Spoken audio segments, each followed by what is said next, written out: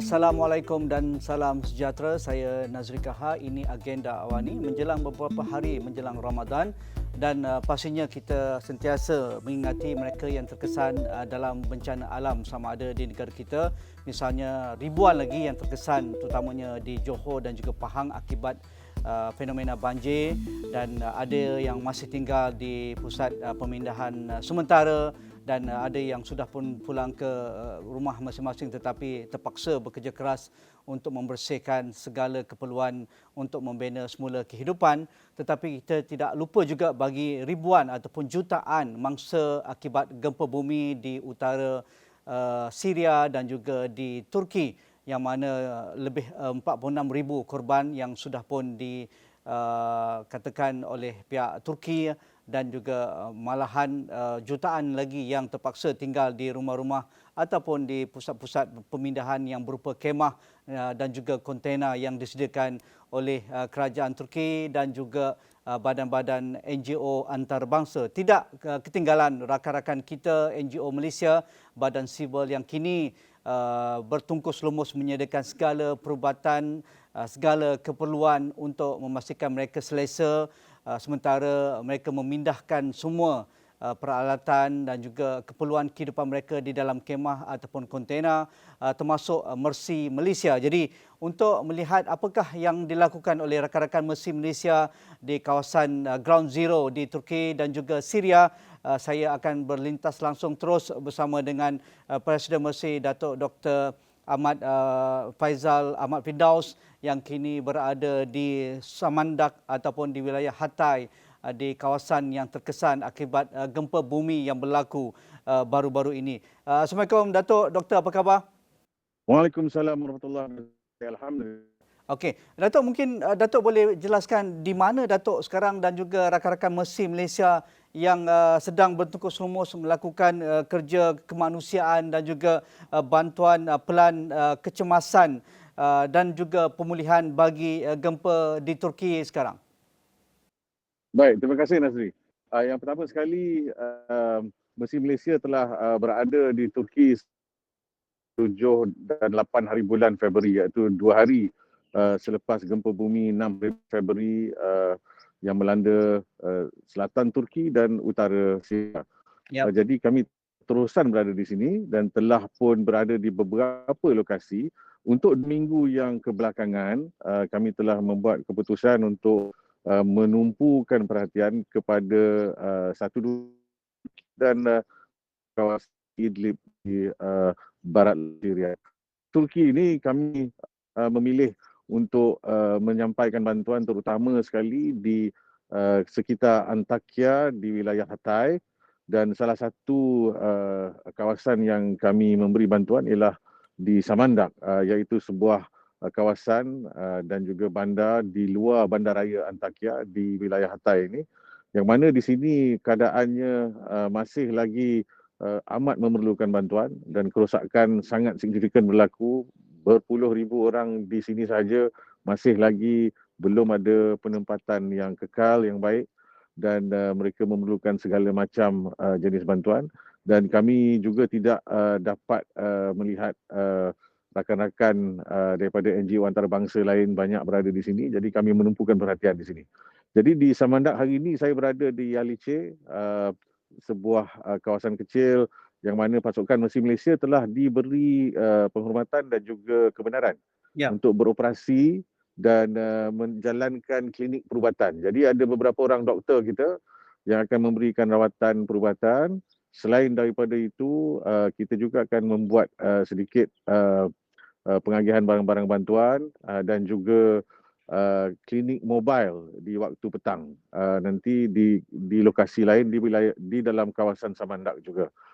Selain daripada itu, Mercy Malaysia juga beroperasi di Rehanli, sebuah bandaraya di Sempadan, yang mana ianya juga selain daripada memberi bantuan kepada rakyat Turki yang terkesan dengan gempa, kita juga memberi bantuan kepada pelarian daripada Syria yang berada di bandar tersebut. Dan Mercy Malaysia juga beroperasi di dalam barat laut Syria dalam wilayah Idlib, dan kita sudah pun ke sana dan kita akan ke sana lagi insya-Allah esok untuk menyambung operasi bantuan kita.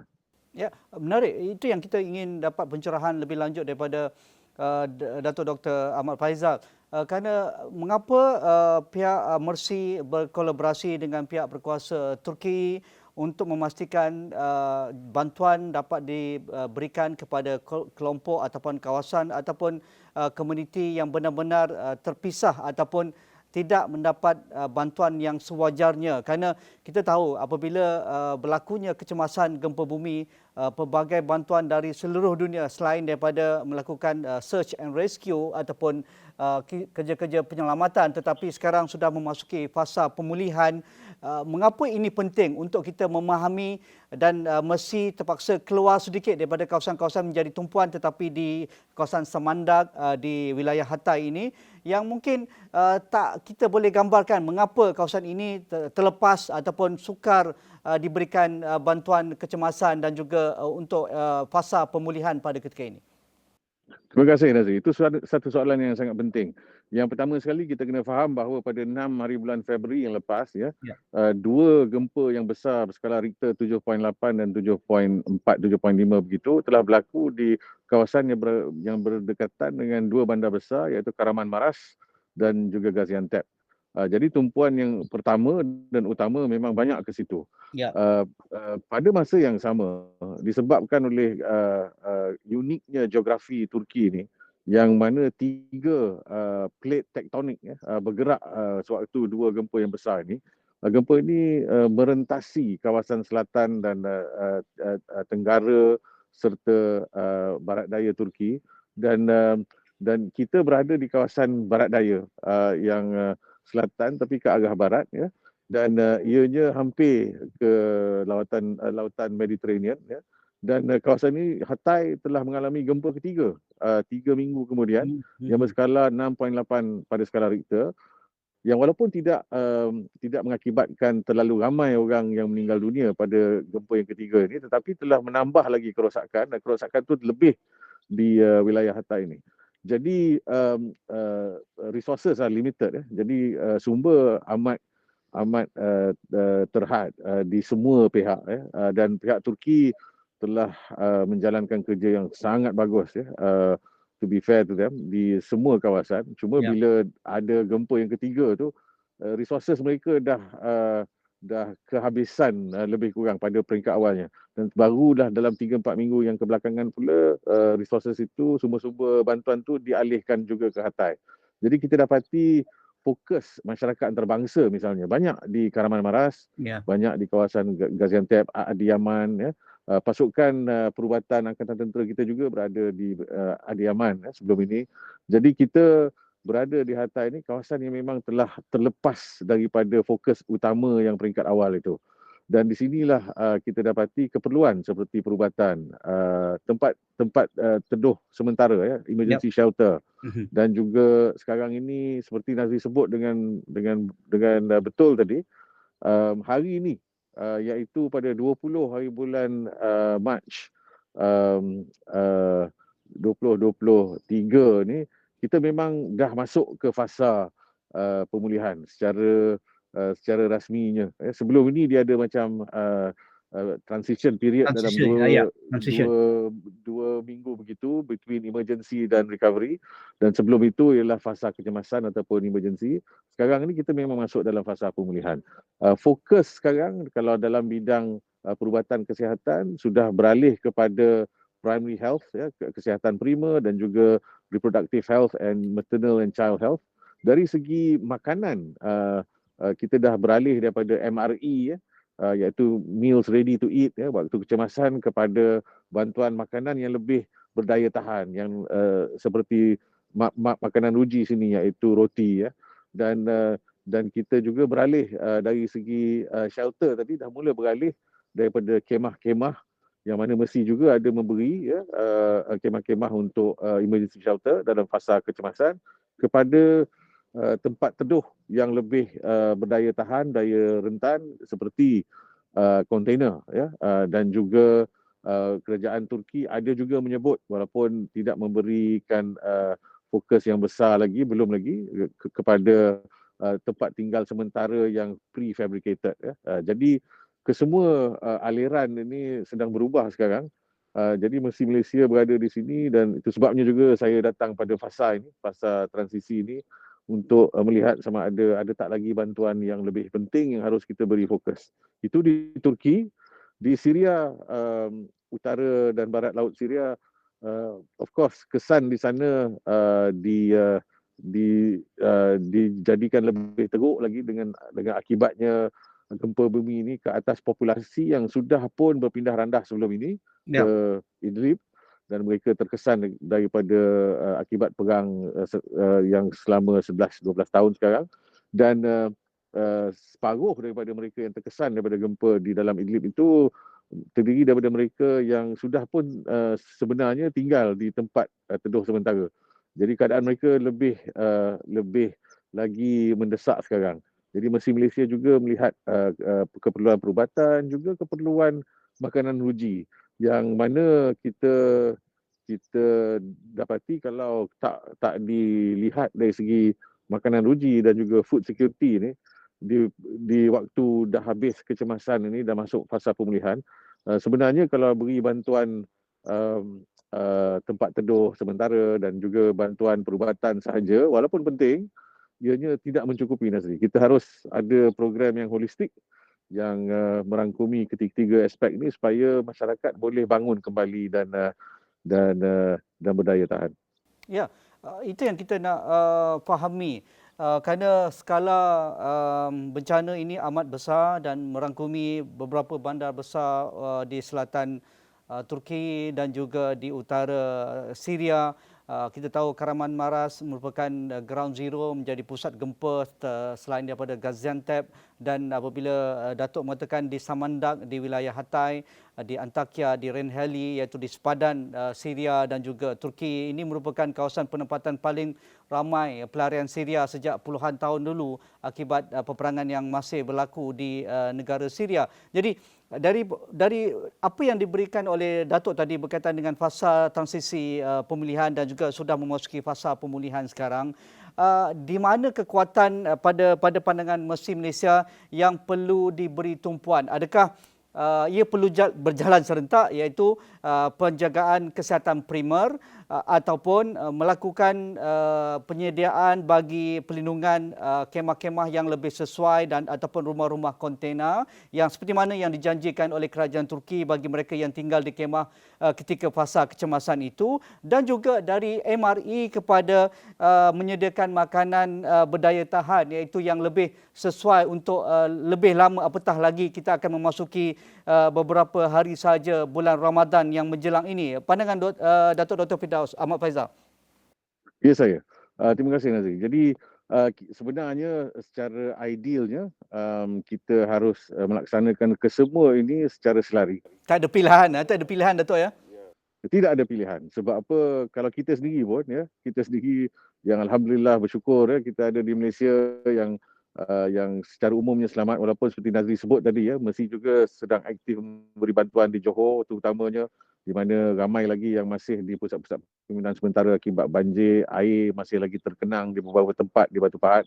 Tapi secara umumnya di Malaysia kita kalau cakap tentang keperluan tu, kita ada rumah, ada makanan, dan kalau sakit pening ada tempat nak pergi untuk mendapatkan rawatan. Ini perkara asas. Belum lagi kita cerita pasal pendidikan anak-anak dan kenderaan dan sebagainya. Jadi di sini perkara yang asas itu mesti ada dulu dan kena ada secara selari. Tak boleh nak dulukan satu dengan yang lain sekarang, terutama sekali bila dah masuk fasa pemulihan. Di waktu kecemasan, fokus kita mungkin lebih kepada menyelamatkan nyawa. Jadi search and rescue, kemudian perubatan dan rawatan kepada mereka yang cedera dan mereka yang terkesan.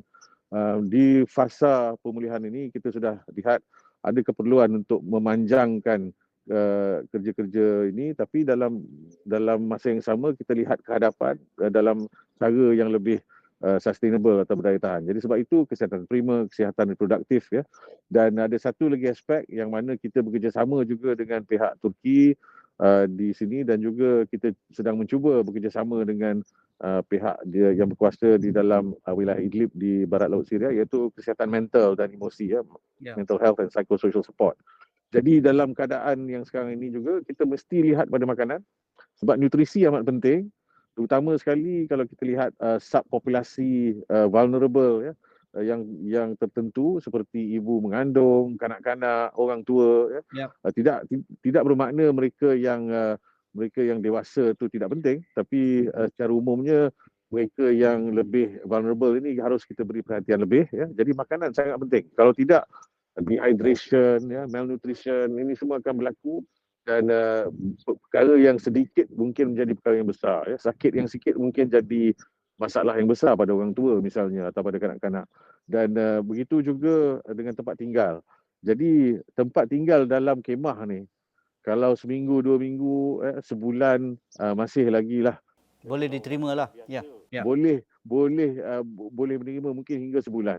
Ya, tapi kalau tak biasa mungkin 2 minggu. Ya. Ya. Kalau dah lebih daripada nak masuk bulan kedua ni, kita haruslah ada rasa empati ya kepada mereka yang sebelum ini duduk dalam rumah yang tersergam indah ya, sekarang ini dalam kemah. Bukan mudah ya untuk mereka adjust, dan akibat daripada adjustment ini yang kadang-kadang tidak dapat dibuat, akan ada masalah mental dan emosi tadi, dan mendatangkan masalah lain pula. Sebab itu semua harus berjalan sekali. Tidak ada satu organisasi yang akan dapat buat ini semua, Nazri. Jadi kita kena kerjasama, dan Mercy Malaysia juga bekerjasama banyak dengan beberapa NGO antarabangsa dan juga NGO yang berpusat di Turki seperti IHH ya, dan juga pihak berkuasa kesihatan di kedua-dua Turki dan Barat Laut Syria. Jadi pihak UN juga sedang mengendalikan koordinasi bersama dengan pihak AFAD di Turki, dan cuma di dalam Idlib itu koordinasinya ada kurang sikit dari segi koordinasi antarabangsa, tetapi pihak yang berkuasa di sana cuba sedaya upaya untuk mengkoordinasi juga bantuan yang sampai.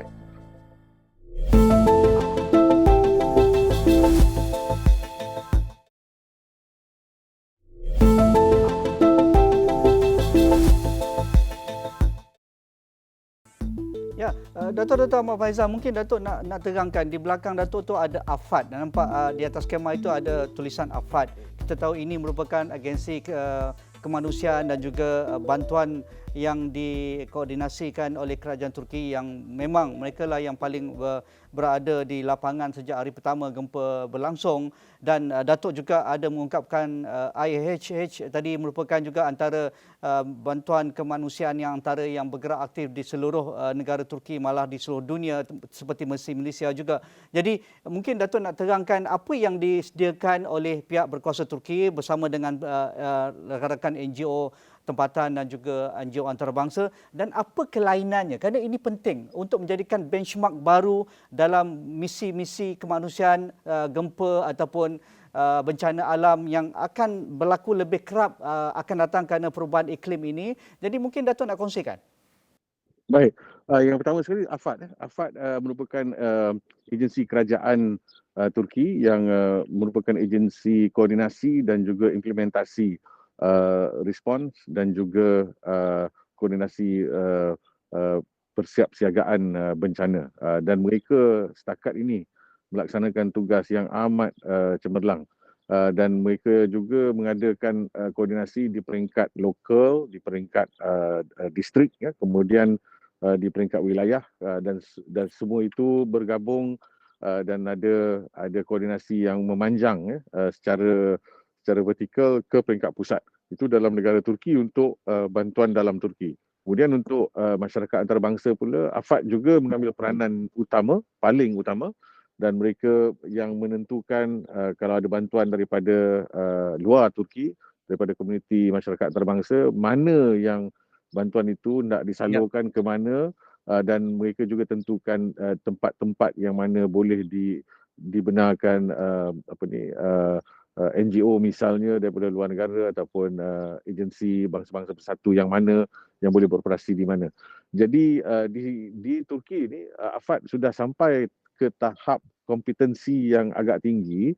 Jadi pihak bangsa-bangsa bersatu, UNOCHA, ada berada di sini dan mereka mengadakan koordinasi bersama dengan AFAD, tapi mereka membenarkan AFAD untuk menjadi ketua ataupun pemimpin dalam semua isu yang berkait dengan koordinasi bantuan. Ini menunjukkan tahap koordinasi dan juga implementasi yang ada dalam AFAD itu begitu tinggi sekali. Dan memang setakat ini tidak ada pihak misalnya yang banyak memberikan komen negatif. Of course tidak sempurna, tapi tak ada yang sempurna dalam dunia ni. Cuma dari segi di peringkat awal tempoh hari ada yang kawasan-kawasan yang tidak menerima bantuan secukupnya dan sebagainya. Itu lebih disebabkan bukan oleh kelemahan atau sistem yang dilaksanakan oleh AFAD, tapi disebabkan oleh betapa teruknya dan betapa banyaknya tempat dan jalan raya serta Terputus. Ya. jambatan yang terputus. Jadi masalah logistik itu pun dalam selepas 2-3 minggu telah dapat diselesaikan.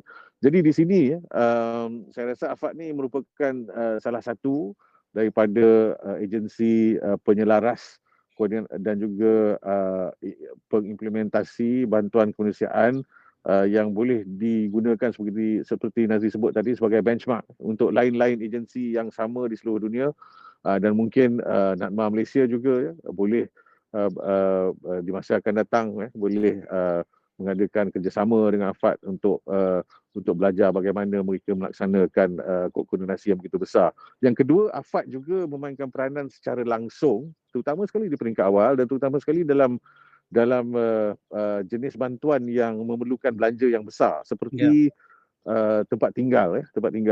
Jadi yang ini AFAD mengambil inisiatif untuk lagi sekali memimpin implementasi, bukan hanya jadi pusat koordinasi tapi memimpin implementasi, sebab belanja yang besar yang diperlukan untuk tempat tinggal ini bermakna tidak semua NGO, walaupun NGO antarabangsa misalnya, yang mampu datang dengan bantuan tempat tinggal yang banyak. Sebab kita bila sebut tentang mereka yang telah terkesan ini, walaupun yang meninggal dunia hampir 50,000 orang di Turki yang dah disahkan, tapi yang terkesan seperti Nazri sebut tadi berjuta, 1.5 hingga 3 juta yang masih lagi tidak berada dalam rumah mereka sendiri.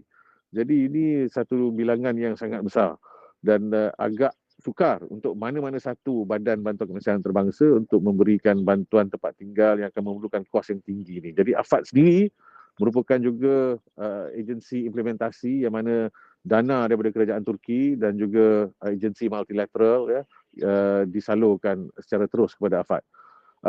Untuk NGO pula, kita saya rasa ini merupakan cabaran dan dugaan kepada NGO Turki seperti ISIS yang sebelum ini seperti Nazri sebut sudah bertahun-tahun, berdekad 2 dekad sekurang-kurangnya sejak awal tahun 2000-an menjalankan operasi bantuan kemanusiaan di seluruh dunia.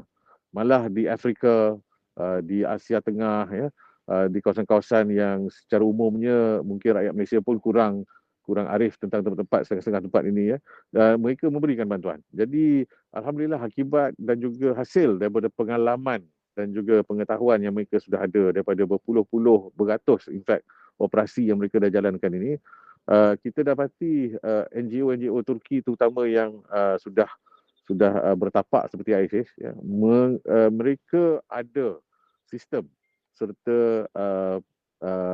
capacity manusia ataupun human resource dan juga aset ataupun alat-alat serta kelengkapan serta logistik mereka sendiri yang saya rasa hampir sama kuat dengan sistem serta aset logistik yang ada di pihak kerajaan. Misalnya ISIS ada markas logistik yang sangat besar di beberapa bandar raya yang utama yang terkesan termasuk di Rehanli. Dan ini memudahkan mereka untuk melancarkan misi-misi bantuan sama ada dalam Turki ataupun juga ke seberang sepadan ke utara dan barat laut Syria. Ya, Datuk Ahmad Faizal, di mana ruang niche ataupun tumpuan Mesir dalam fasa pemulihan berdaya tahan ini? Kalau kita lihat ada gambar-gambar yang dikongsikan oleh Pak Azam dan juga rakan-rakan Mercy melawat kilang roti. Saya rasa ini yang paling penting sekarang ini. Kilang roti yang akan mengeluarkan ribuan, mungkin jutaan roti saban hari untuk disalurkan di sekitar kawasan terkesan, juga di kawasan terkesan di utara Syria. Dan kita tahu juga kekuatan Mercy adalah di kalangan para doktor kita yang akan memberikan tumpuan kepada misi perubatan primer dan juga sekunder dan juga dari aspek psikososial. Jadi adakah ini yang akan dijadikan tumpuan oleh Mercy dalam fasa pemulihan berdaya tahan ini? Baik Nazri, sebab Nazri dah sebut tu saya terus ke situ ya. Jadi untuk barat laut Syria, utara Syria, kita memang dapati seperti saya sebut tadi, kita harus berikan keutamaan kepada nutrisi dan juga saluran makanan yang berdaya tahan. Sebab tanpa makanan dan nutrisi yang cukup, ya, rakyat di sana tidak akan dapat kesihatan yang baik walaupun ada rawatan perubatan, ya, dan tak ada kesihatan makna mereka tidak dapat bangkit, tidak dapat bekerja, tak dapat berfungsi, kanak-kanak tak dapat ke sekolah dan sebagainya. Jadi kita memberikan tumpuan di sini dan insya-Allah kita akan lancarkan operasi sebuah kilang membuat roti yang merupakan makanan ruji. Roti ini bukan macam roti gardenia tu, ya. Roti besar tu, ya. Dan ini merupakan makanan ruji mereka. Dan kita harap kita akan dapat memberikan bantuan disalurkan kepada sekurang-kurangnya lebih kurang 20 hingga 22,000 orang dalam lebih kurang 44 kem di sekeliling kilang roti ini yang berada di Korkonuya di wilayah Idlib. Jadi itu yang pertama. Dalam Syria juga kita memberi tumpuan kepada kesihatan primer sebab di sana berbeza sikit dengan Turki.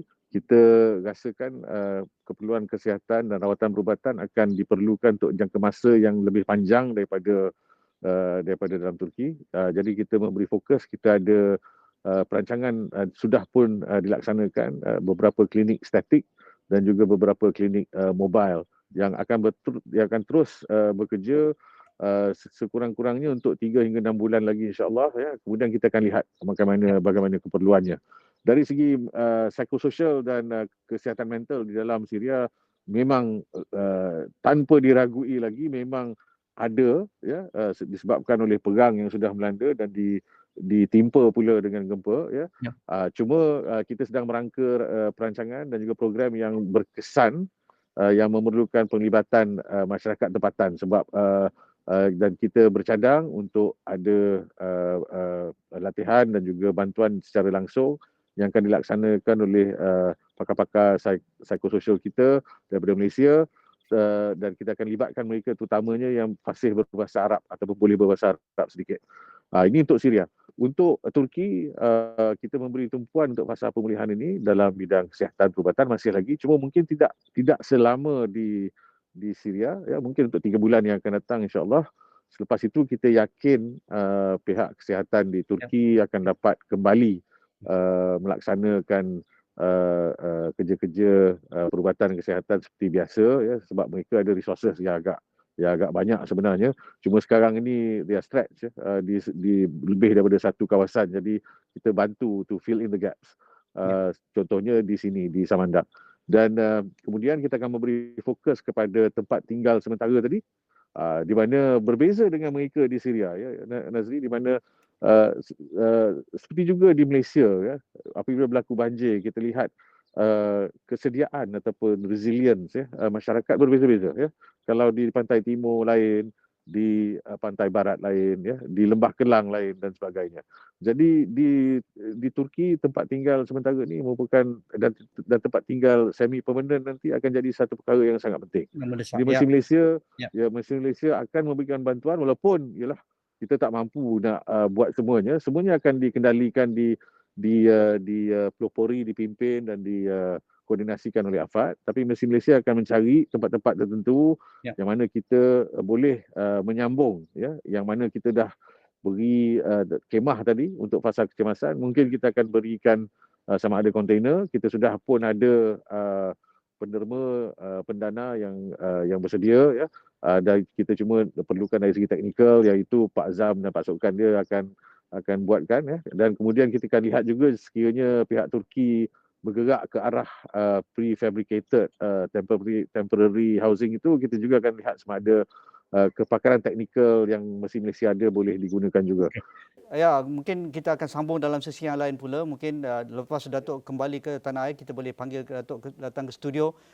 Saya rasa itu sudah memberikan kataupun pencerahan yang menyeluruh apakah misi Malaysia di Turki dan juga di utara Syria pada ketika ini dalam kita melihat pelan ataupun rayuan kecemasan bagi gempa bumi Turki dan juga Syria yang sedang dilakukan fasa pemulihan. Dan kita mengharapkan menjelang Ramadan mereka lebih kuat dan berdaya tahan untuk menghadapi Ramadan dalam keadaan yang amat berbeza pada tahun-tahun lalu, dan tahun ini mereka berada di kemah ataupun pusat-pusat penempatan sementara. Jadi itu sahaja agenda Awani malam ini. Assalamualaikum. Kita mengucapkan terima kasih Datuk Dr. Ahmad Faizal Ahmad Firdaus, Presiden Mesi Malaysia yang kini berada di Samandak di wilayah Hatay di selatan Turki.